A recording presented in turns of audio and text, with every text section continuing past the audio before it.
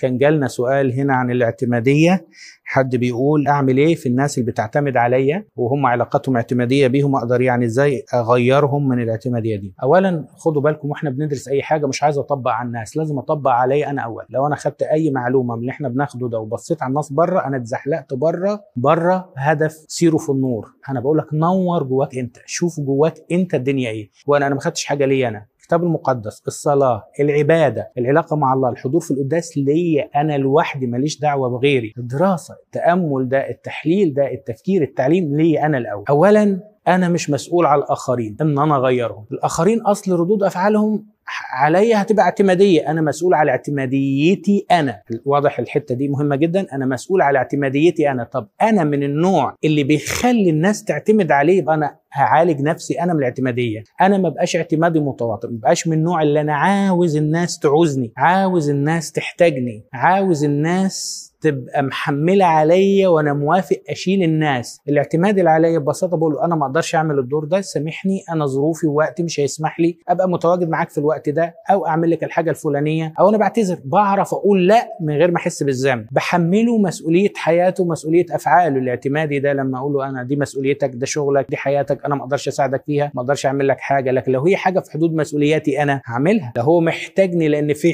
حمل اثقل منه هعمله. وهنميز في الاعتماديه دي بين الاحمال والاثقال. يعني ايه احمال واثقال؟ في واحد عنده شغلانه تخصه هو، المفروض هو اللي يعملها، وفي حاجه احمال اكتر من شغله وكتير عليه وصعبه يحتاج الى مسانده. انا اساعدك في الاثقال اللي هي اصعب من مستواك، اللي انت ما تقدرش عليها. اما مسؤولياتك اليوميه العاديه اللي انت تقدر عليها اساعدك فيها. ليه؟ يعني انا وصاحبي مروحين من المدرسه كل واحد معاه شنطه، لما صاحبي يقول له خد شنطتي شيلها لي معاك عشان انا بتضايق وانا شايل الشنطه، اروح انا اشيل الشنطتين. دي اعتماديه واعتماديه متواطئه. لكن انا وصاحبي شايلين كل واحد شنطته، وهو اشترى 10 كيلو حاجات مروح بيها، اقول له هات اديني كيس منهم 5 كيلو، يبقى انا شايل شنطتي و5 كيلو وانت شايل شنطتك و5 كيلو، بدل ما انا ابقى شايل الشنطتين او شنطتي وكل الكياس بتاعته هو شايل شنطته بس. طب صاحبي ده مكسور وبيمشي على عكاز، ده انا اشيل له الشنطه والكياس لان هو ماشي بعكاز، ده انا بجره بكرسي بعجل. فالفكره انت تقدر تشيل الحمل ده، ما اشيلهولكش. لو انا عايز افطم حد من الاعتماديه عليا اشيله حمله، اشيله مسؤوليته. النهارده الامهات بيحموا العيال حمايه زي ده في البيت، هي اللي بتعمل كل حاجه، فبيطلعوا الولاد خايبين خالص وتصرخ في المستقبل ان هي بتعمل كل حاجه، محدش بيساعدني. انت في الوقت اللي كان ينفعوا يعملوا فيه شلتيهم في حته في حدود مسؤولياتهم هم، فلما عملتيها ما تعلموش مهاره يعملوها، فبقوا ايه؟